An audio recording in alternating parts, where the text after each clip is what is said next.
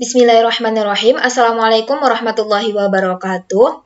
Sebelumnya, saya ucapkan terima kasih kepada Ibu Dr. Disnawati MPD selaku penguji pertama dan Ibu Mayu Syahwela MPD selaku penguji kedua, serta dosen pembimbing saya yaitu Bapak Dr. Hartono MPD. Baiklah, nama saya Nur Fatmasari. Saya mahasiswi Pendidikan Matematika UIN Suska Riau dengan NIM 11810522057 akan mempresentasikan hasil proposal saya yang berjudul Pengembangan Perangkat Pembelajaran Berbasis Project-Based Learning untuk memfasilitasi kemampuan berpikir kritis siswa pada materi persamaan garis lurus kelas 8 SMP MTS. Untuk latar belakang masalah, yaitu pentingnya matematika. Matematika merupakan salah satu mata pelajaran yang tidak pernah lepas peranannya dalam kehidupan sehari-hari dan merupakan salah satu mata pelajaran yang mendukung perkembangan ilmu pengetahuan dan teknologi. Matematika adalah sebagai suatu bidang ilmu yang digunakan untuk alat berpikir, berkomunikasi, serta alat untuk memecahkan suatu permasalahan. Matematika sebagai mata pelajaran harus memiliki tujuan dalam melaksanakan proses pembelajaran. Adapun salah satu tujuan pembelajaran matematika yang ditetapkan oleh Peraturan Menteri Pendidikan dan Kebudayaan Republik Indonesia nomor 21 tahun 2016 untuk sekolah menengah yaitu menunjukkan sikap logis, kritis, analitis, cermat dan teliti, bertanggung jawab, responsif dan tidak mudah menyerah dalam memecahkan masalah. Sedangkan menurut Kementerian Pendidikan dan Kebudayaan, kualifikasi kemampuan yang hendak dicapai dalam pembelajaran matematika salah satunya yaitu kemampuan berpikir kritis. Jadi kemampuan berpikir kritis itu masuk dalam salah satu tujuan pembelajaran matematika. Kemampuan berpikir kritis diartikan sebagai kemampuan untuk mengenali masalah dengan lebih tajam, menemukan cara yang dapat dilakukan untuk mengenali masalah tersebut, mengumpulkan informasi yang relevan, mengenali asumsi dan nilai-nilai yang ada di balik keyakinan, pengetahuan maupun kesimpulan. Berdasarkan hasil wawancara yang saya lakukan di SMPN 2 Kuala Indragiri, menunjukkan bahwa kurangnya kemampuan berpikir kritis siswa, karena di sekolah tersebut lebih banyak siswa memiliki nilai di bawah KKM. Menurut data yang saya dapatkan, hanya 8 dari 21 orang siswa yang mencapai nilai KKM. Sehingga hal ini menunjukkan bahwa masih banyak siswa yang belum mencapai KKM yang telah ditetapkan oleh sekolah tersebut. Ini pada materi persamaan garis lurus. Kemudian, siswa kesulitan dalam menyelesaikan soal-soal yang menuntut siswa untuk berpikir kritis. Hal ini dikarenakan siswa jarang dilatih untuk menyelesaikan soal yang berkaitan dengan berpikir kritis tersebut.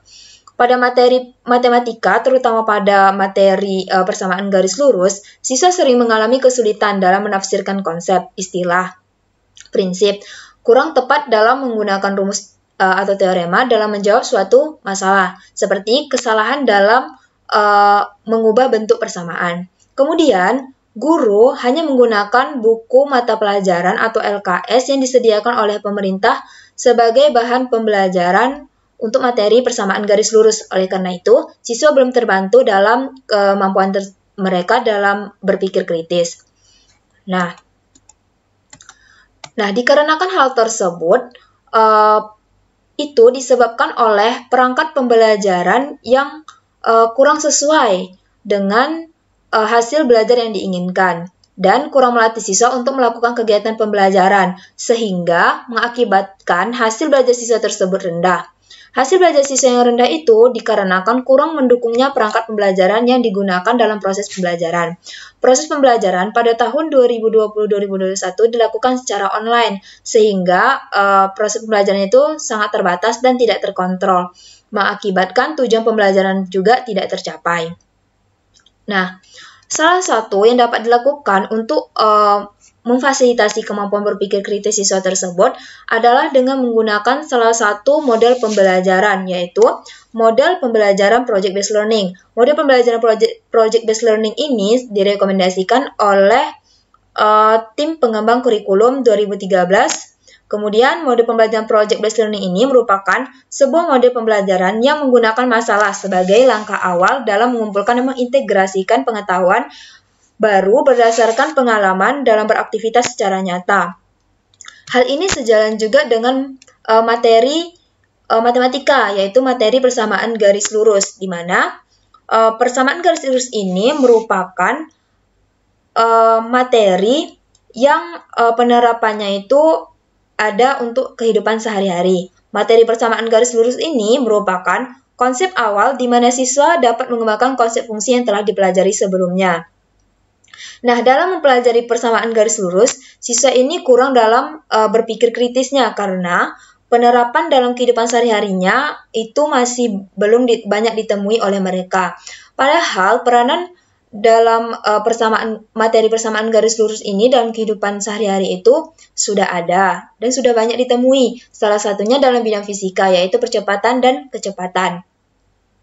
Nah, kemudian solusi yang dapat saya tawarkan yaitu mengembangkan suatu perangkat pembelajaran berbasis project-based learning untuk memfasilitasi kemampuan berpikir kritis siswa pada materi persamaan garis lurus. Kemudian, rumusan masalahnya yaitu bagaimana tingkat validitas pengembangan perangkat pembelajaran berbasis project-based learning untuk memfasilitasi kemampuan berpikir kritis siswa pada materi persamaan garis lurus kelas 8 SMP MTS.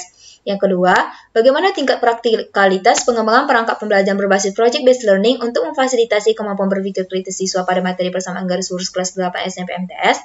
Serta yang ketiga, bagaimana tingkat efektivitas pengembangan perangkat pembelajaran berbasis project-based learning untuk memfasilitasi kemampuan berpikir kritis siswa pada materi persamaan garis lurus kelas 8 SMP MTS. Dengan tujuan penelitian yaitu mengembangkan dan menghasilkan perangkat pembelajaran berbasis project-based learning berupa silabus, RPP, dan LKS, serta penilaian hasil belajar atau PHB yang dikembangkan berdasarkan materi persamaan garis lurus yang memenuhi kriteria valid, praktis, serta efektif. Untuk spesifikasi produk yang diharapkan, yang pertama untuk silabus. Silabus ini menggunakan model project-based learning pada materi persamaan garis lurus. Kemudian, RPP disusun atau dirancang dalam 3 tahap, yaitu pendahuluan, kegiatan inti, dan penutup. Selanjutnya, yaitu LKS. LKS yang dibuat dengan menggunakan model project-based learning untuk meningkatkan kemampuan berpikir kritis siswa yang digunakan untuk materi persamaan garis lurus. Kemudian, LKS ini berisi kompetensi inti, kompetensi dasar, dan indikator materi pembelajaran. Selanjutnya, yaitu LKS dibuat dengan penampilan kombinasi warna, gambar, dan tulisan yang menarik, serta terdapat kata-kata motivasi agar siswa lebih semangat dalam belajar. Kemudian tes penilaian hasil belajar, di mana tes ini untuk mengukur kemampuan berpikir kritis siswa yang dimiliki siswa setelah menggunakan LKS tersebut. Selanjutnya, kajian teori.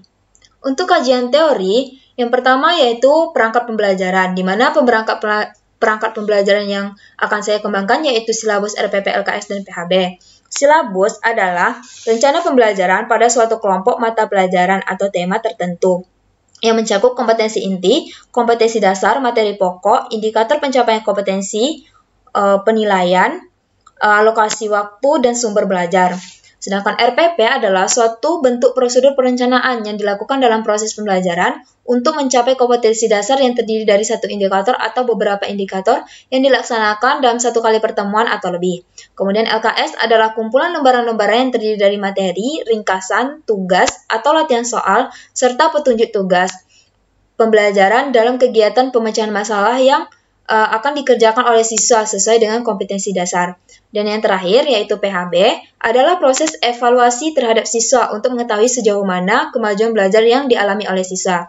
Selanjutnya, model pembelajaran project-based learning adalah pembelajaran inovatif dan aktif yang berpusat pada siswa untuk menyelesaikan kerja proyek secara mandiri, serta mengkonstruksikan hasilnya dari masalah nyata dalam kehidupan sehari-hari.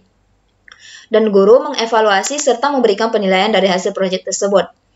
Untuk kemampuan berpikir kritis adalah salah satu kemampuan berpikir tingkat tinggi yang bisa ditingkatkan dan dikembangkan oleh siswa. Dan persamaan garis lurus adalah persamaan linier dua variabel, yaitu X dan Y, atau dikatakan sebagai persamaan linier dalam X dan Y. Kemudian, perangkat pembelajaran berbasis model project-based learning, yaitu perangkat ini dikembangkan memungkinkan siswa untuk dapat menemukan konsep persamaan garis lurus, memahaminya, mampu memecahkan berbagai persoalan, serta mampu dalam berpikir kritis yang berhubungan dengan pokok bahasan persamaan garis lurus. Terus, di sini ada metode penelitian. Metode penelitian yang pertama yaitu lokasi dan waktu penelitian. Untuk lokasinya yaitu dilakukan di Sekolah Menengah Pertama Negeri 2 Kuala Indragiri. Waktu penelitiannya pada semester ganjil tahun ajaran 2021-2022. Kemudian jenis penelitiannya yaitu penelitian dan pengembangan atau Research and Development (R&D). Model penelitian dan pengembangannya yaitu model ADDIE. Selanjutnya yaitu prosedur pengembangan. Prosedur pengembangan ini adalah dari model ADDIE tadi, di mana yaitu ada analisis, perancangan atau desain, pengembangan atau development, implementasi, kemudian evaluasi. Selanjutnya subjek dan objek penelitian. Untuk subjek penelitian yaitu siswa kelas 8 di SMP Negeri 2 Kuala Indragiri. Sedangkan objek penelitiannya adalah pengembangan perangkat pembelajaran berbasis project-based learning untuk memfasilitasi kemampuan berpikir kritis matematis siswa pada materi persamaan garis lurus. Teknik pengumpulan data dan instrumen penelitian. Untuk teknik pengumpulan datanya yaitu angket dan instrumennya yaitu lembar angket. Kemudian teknik pengumpulan data yang kedua adalah tes dengan instrumennya adalah soal tes.